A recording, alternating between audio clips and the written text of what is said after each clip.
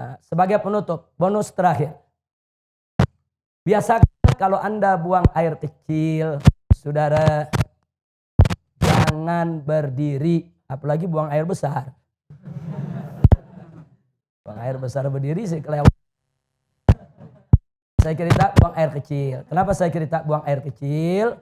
Karena sekarang ini saya lihat sampai-sampai di masjid-masjid, ya, kadang-kadang tempat kencingnya juga disediakan yang berdiri, saudara. Nggak pantas. Apalagi ini di negeri Islam. Ini Indonesia ini mayoritas umat Islam. Mestinya tempat-tempat buang air kecil itu, saudara, disediakan ruang-ruang supaya orang bisa buang air kecil dalam posisi jongkok. Perhatikan cara jongkoknya. Perhatikan cara jongkoknya. Perhatikan, sengaja ini saya tarik biar kelihatan kakinya. Perhatikan cara jongkoknya. Jadi kalau kita baca kitab Kifayatul Akhyar sampai cara jongkok diajarin. Saudara.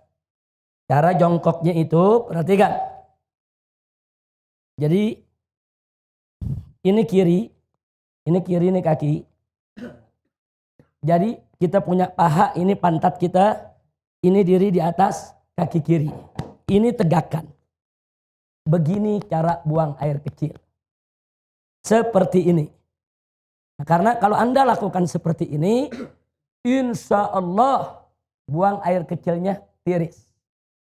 Kita jauh dari penyakit silisil bol. Nah, penyakit yang kencing gak habis-habis. Sebab kalau Anda tidak tiris, ya perasaan kalau kita jongkok aja biasa, kencing, selesai. Saudara, nah begitu selesai, kita ambil wudhu dan lain sebagainya. Tanpa terasa, kadang-kadang air kencing masih keluar. Ngetesnya gampang. Cara ngetesnya, Anda kencing jongkok biasa. Nah, setelah jongkok biasa selesai, Anda cebok, istinja, Anda keringkan, Anda taruh kapas. Tes saja atau taruh tisu. Nah, taruh tisu, Anda pakai celana dalam, taruh tisu, tutup aja sama tisu.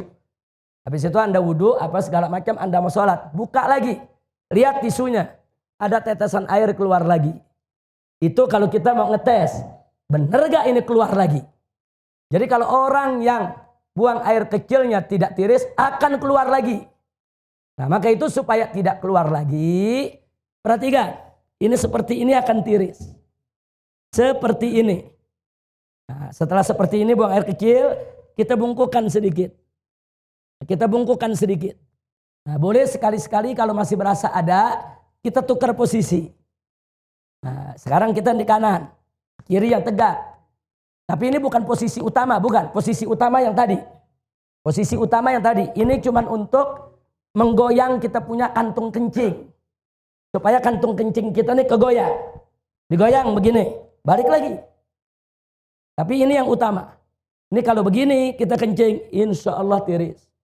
Tidak akan tersisa lagi. Kira-kira jelas tidak? Ditambah lagi dengan jari kita tekan bagian bawah sebelum bagian dubur di bawah ada, kalau kita tekan keluar lagi itu. Keluar lagi itu cairan. Tekan sedikit. Yang ketiga, istibra. Apa istibra?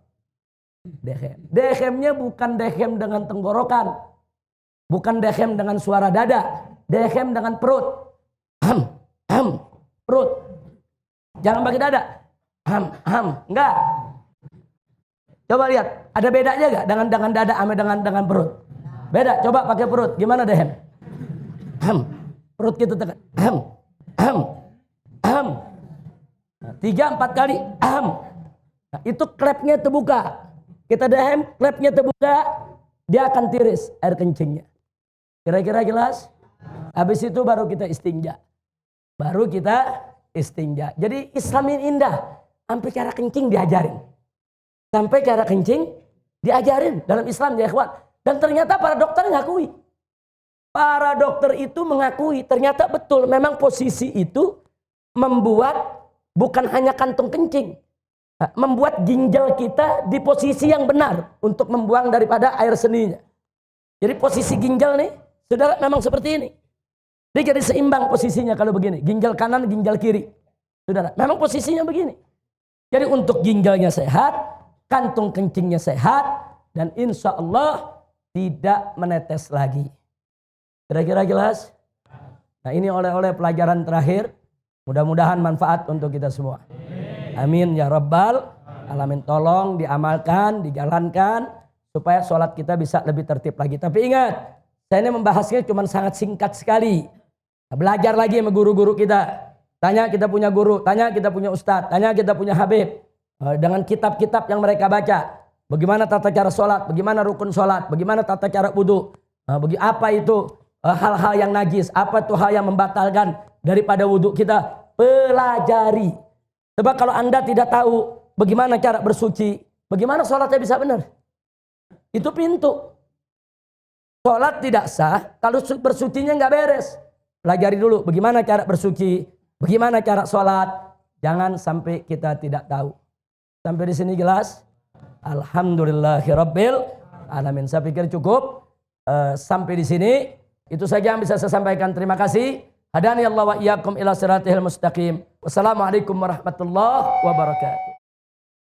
Begitu kita sholat di tahiyat yang terakhir, kemudian kita teringat, yakin bahwa tadi di rakaat kedua kita tidak baca suratul Fatihah. Tapi kita langsung membaca surat. Maka sebelum kita salam, kita masih ada dalam sholat kita. Maka rakaat kedua kita tidak sah. Lalu bagaimana solusinya? Kita berdiri, berarti kalau rakaat kedua dihitung tidak sah, kita baru berapa rakaat sholat? Baru 3.